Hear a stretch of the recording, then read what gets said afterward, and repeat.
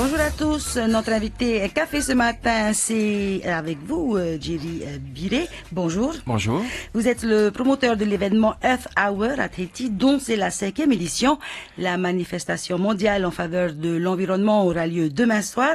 Elle va durer 1 heure, une durée pendant laquelle il est recommandé d'éteindre les lumières les moins essentielles.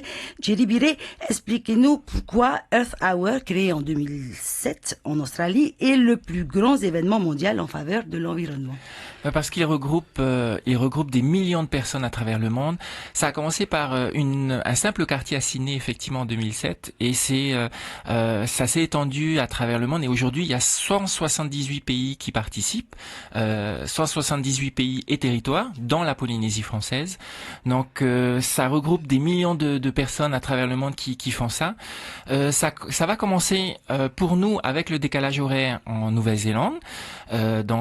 Vendredi à 20h30 et ça va faire le tour du monde et on va terminer la boucle du tour du monde samedi, nous, à 20h30 où il faudra éteindre nos lumières non essentielles, oui. Alors parmi ces 178 pays, est-ce qu'il y a des territoires qui ressemblent un peu en termes de population à la Polynésie? Il y a la Nouvelle-Calédonie déjà qui est proche de nous, qui est un territoire français, qui participe. Alors ils ont la chance d'avoir un représentant du VVF, puisque c'est l'organisation qui organise l'événement Earth Hour à travers le monde. Et ils ont une place des cocotiers. Je ne sais pas si les auditeurs connaissent un petit peu Nouméa. Donc à la place des cocotiers, ils ont chaque année un événement où ils éteignent les lumières de la place et ils font un rassemblement. Donc nous, on n'a pas encore réussi à trouver un endroit emblématique où on va pouvoir faire un événement.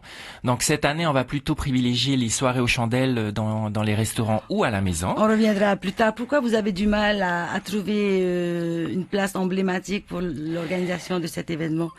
Alors parce que les communes nous demandent à chaque fois d'organiser un petit peu un événement chez elles. Donc voilà, on essaye de trouver le meilleur endroit qui soit vraiment l'emblème de la Polynésie.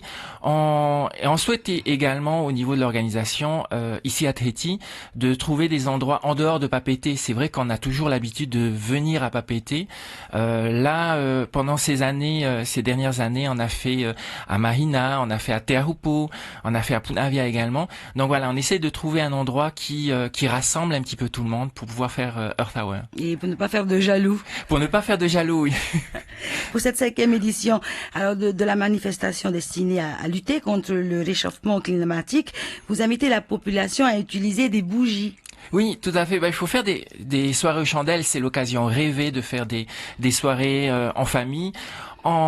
On a organisé un événement avec les restaurateurs, certes, mais si on ne peut pas sortir, si on ne peut pas aller à l'extérieur, aller manger dans un restaurant ou dans une roulotte, on préconise de faire un dîner aux chandelles en famille, inviter la famille, inviter le quartier si vous souhaitez le faire dans le quartier, et faites une soirée aux chandelles. Vous allez voir que c'est tellement génial de faire ce genre de soirée que je pense que vous allez le refaire tout au long de l'année. Alors ça, c'est dans le cadre privé.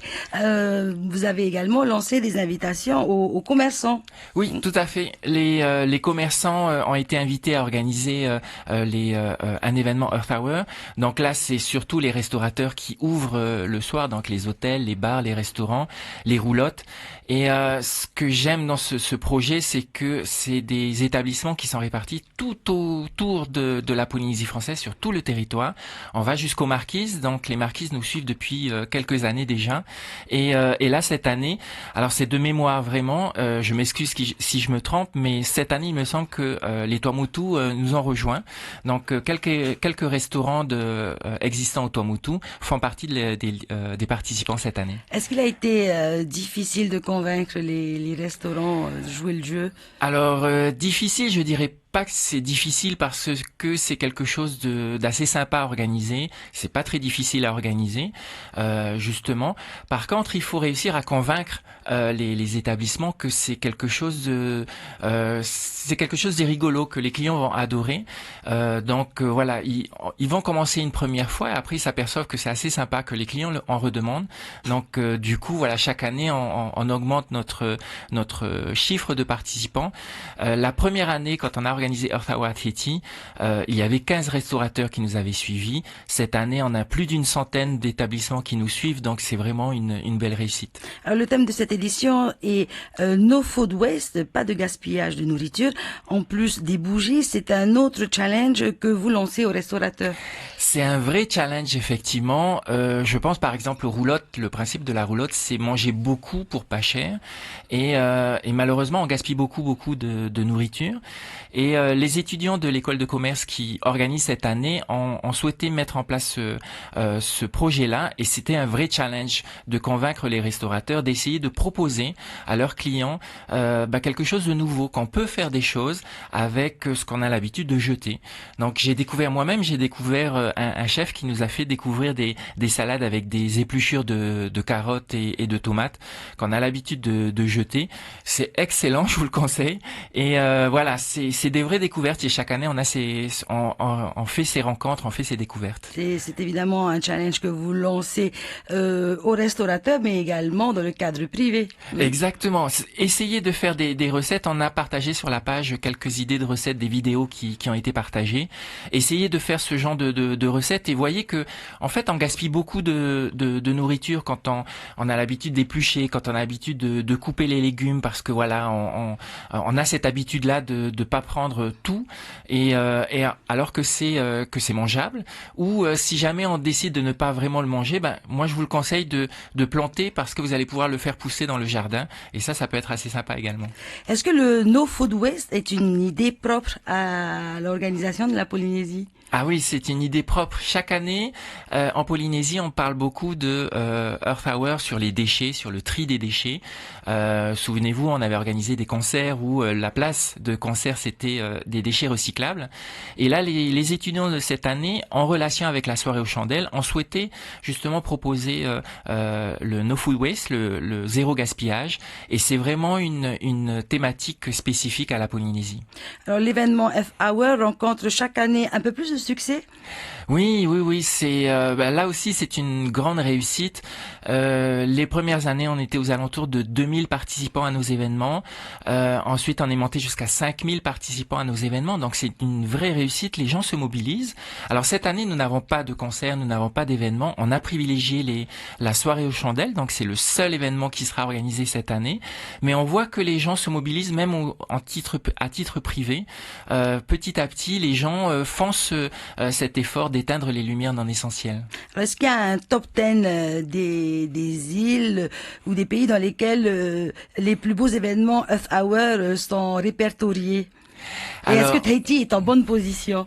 Alors, je pense que Tahiti est en très bonne position. En 2014, de mémoire, nous étions classés, Earth Hour International avait fait un classement et nous étions classés parmi les 4 plus beaux événements à l'international. Bon, on a été battus par Dubaï par exemple, mais nous sommes pas dans le même monde.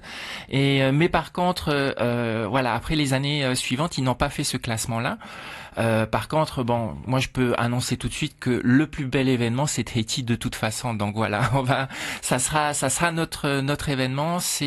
Nous finissons la boucle et il faut que justement on marque notre appartenance à cette planète et surtout comme on est les derniers à fêter Earth Hour, à célébrer Earth Hour, donc c'est l'occasion rêvée de montrer au monde par l'intermédiaire des réseaux sociaux tout ce que la Polynésie est capable de faire. Alors Earth Hour, c'est demain soir de 20h30 à 21h où vous demandez aux gens d'éteindre les lumières qui ne sont pas essentielles. Tout à fait, c'est de 20h30 à 21h30. Après, on peut le faire toute la soirée, c'est ce que je vous conseille, parce que ça sera vraiment sympa de raconter des histoires avec les enfants, de faire des dîners aux chandelles, etc. De faire la fête pour la planète tout en la respectant. Jerry Biré, merci pour cet entretien. Vous êtes venu nous parler de cette manifestation mondiale Earth Hour qui a lieu demain soir, qui va durer 1 heure de 20h30 à 21h30. On éteint les lumières. Merci beaucoup. Bonne